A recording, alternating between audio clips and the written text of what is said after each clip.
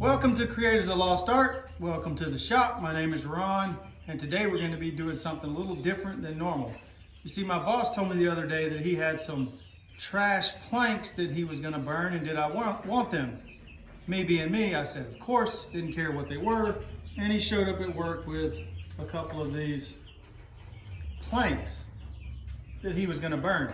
So I'm going to try to make something real nice that Mandy's been needing for some of her projects out of this lumber and see how well it turns out. These planks were rough cut cedar about 4 foot long. So I used a straight edge and some double-sided tape to square up one of the sides.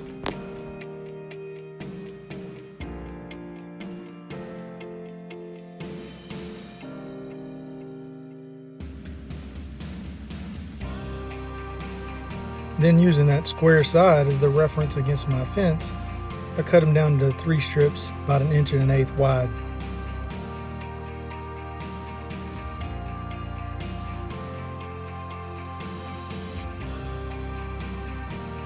A stop block attached to the fence allowed me to make repeated 10-inch cuts with my miter gauge.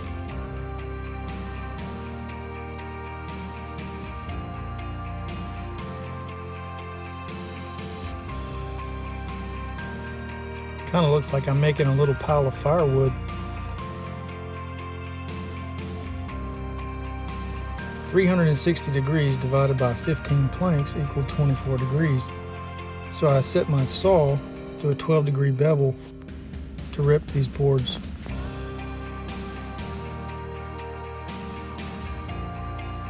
So I put that 12-degree bevel on one side and then flipped it over and cut it on the other side.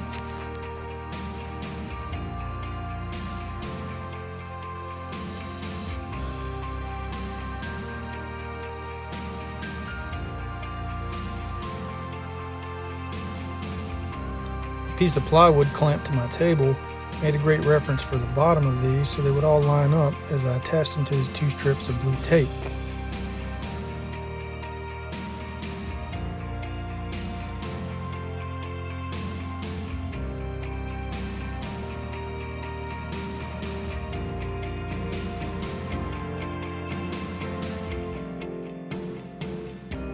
Then, using the tape as kind of a makeshift roller thingy, I rolled it up just to see what it was going to look like. And it didn't work. Such a moron. Once I realized that I was missing my 15th board, I found it hiding above my roll of blue tape, and I put it in, put some glue in, spread it with a brush, and then rolled it up again.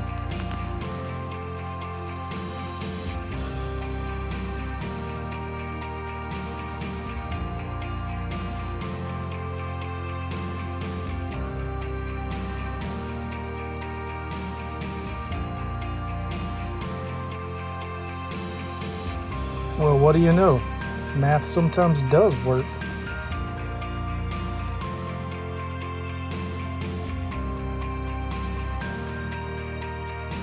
This one time at band clamp, oh wait, I don't have any of those, so I just used tape to help hold it while the glue dried.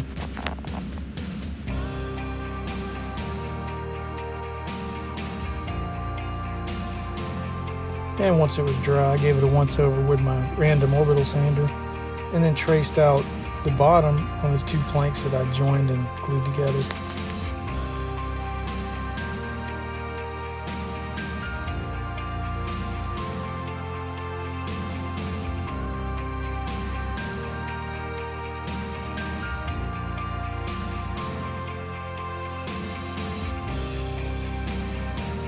And after cutting the bottom on the bandsaw, brought it back, lined it up, traced out the inside.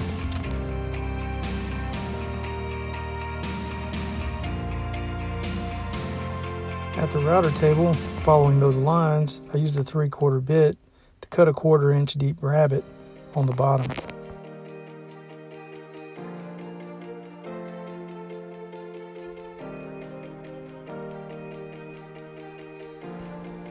No, I'm not ruining it. I'm using a 3/8 Forstner bit to drill a hole for the spout.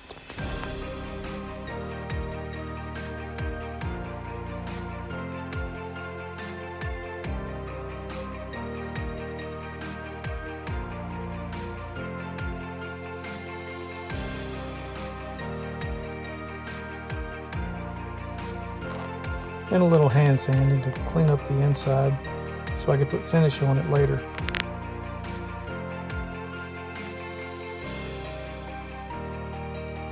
And some of the ends weren't perfect, so I used a table saw and just cut about a 1/2 inch off the end of the cylinder.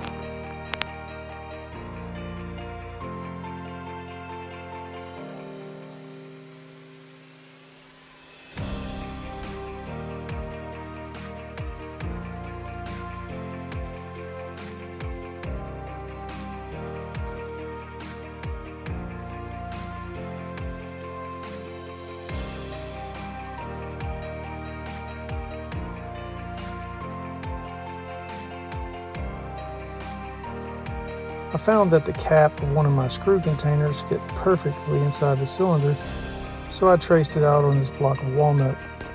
After I cut it out on the bandsaw, I had to figure out a way to sand this thing without it spinning around in circles. This is what I came up with, and it worked just fine.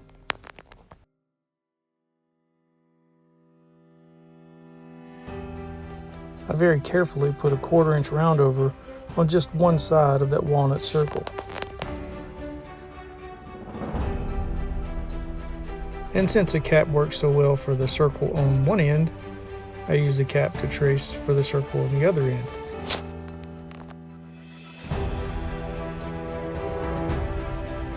I found the center of both circles using a square, and then because I couldn't find my punch, I used a Phillips screwdriver and promptly split my big circle.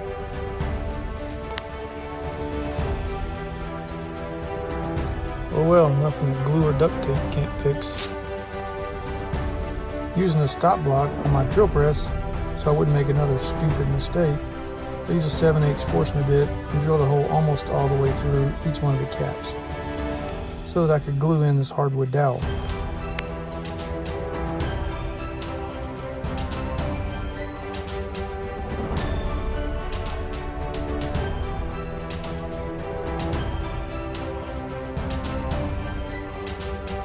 I mixed up a little bit of epoxy to fill one knot hole that went all the way through the sidewall of the cylinder.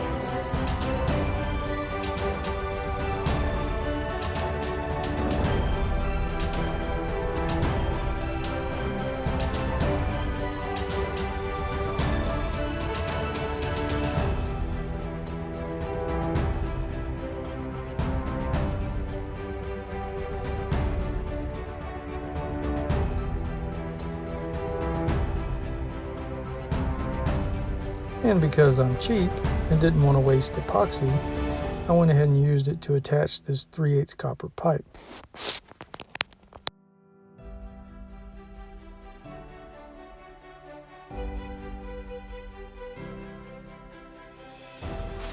I gave both the cylinder and the plunger 2 coats of mineral oil.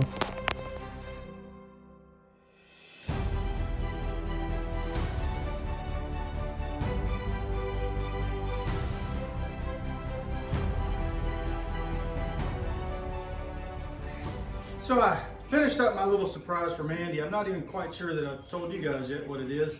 But a couple of weeks ago, she's been doing these apple cider vinegar, homemade apple cider vinegar, and she was pressing out her apples by hand, and she was complaining that they really hurt her hands to do a large volume of that. So I came up with looked at a couple of ideas or a couple of pictures of apple presses, and then decided to build my own and try to recreate it even better. That's what this is, just a little miniature apple press or herb press for all the tinctures and ciders and stuff that she's making. So this is just a little walnut and poplar handle, and it fits very snugly in here. And I've already leak checked this with water, and it held water just fine. A little spout. Could get some tubing to go over this, but we'll see how it goes. But she's fixing to start another batch. She doesn't know about this, so I'm gonna go surprise her. What you doing? Doing my apples. What are you doing? Got you something.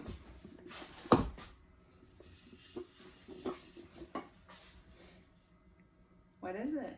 It's a press. A press like Not a bench press. A press to press out apples. For my apples? Yeah. Like the cheese press and everything? Yeah. Like the. Where'd you get it at? I made it. Are you serious? Hmm? Yes, I'm not allowed to be frivolous. Like, you seriously made this? Yep, I made it. How does it work? All right, I'll show you. Okay. So we're gonna pour this. We're gonna put your bag in there. Okay.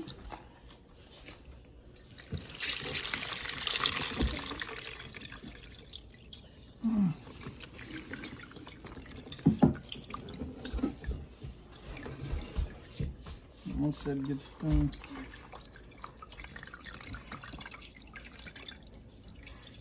What is this bag called? It is a nut milk bag. The cheesecloth bag that I used. Come around here, baby. The cheese. Wait. Is it okay if I talk? Wait. The cheesecloth bag ripped. Back up just a little bit. That was a very tight fit. Neat. What juice is this one with? It's the apple cider vinegar. So now it tastes good? Are you gonna drink it? It still has to sit up for a little bit. How but, long? about another 2 weeks.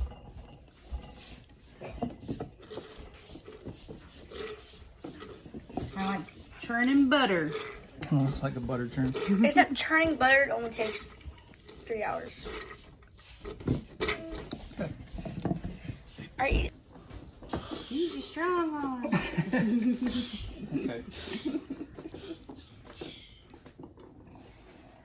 It held up, it didn't break. All right. There we go. It's pretty wrung out. That's awesome. Show them in the bag.